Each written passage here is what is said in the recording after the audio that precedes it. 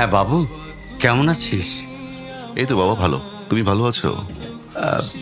শরীর ভালো, তবে তোকে খুব মনে পড়ছে। দাঁড়াও বাবা, হেলমেটটা পরে নিই। ঈদে কি বাড়ি আসবি না? ঈদে বাড়ি আসবো কিনা বলতে পারছি না বাবা। তোমার অ্যাকাউন্টে টাকা পাঠিয়ে দিয়েছি। বাবা, আমার প্রমোশন হয়েছে, স্যালারিও বেড়েছে, পুরো 1 লাখ। আলহামদুলিল্লাহ।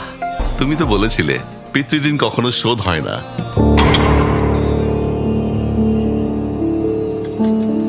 তুমি 26 বছরে আমার পিছনে যত টাকা খরচ করেছো, তুমি কি জানো আগামী 5 বছরে সেই টাকা তোমায় ফিরিয়ে দিতে পারবো?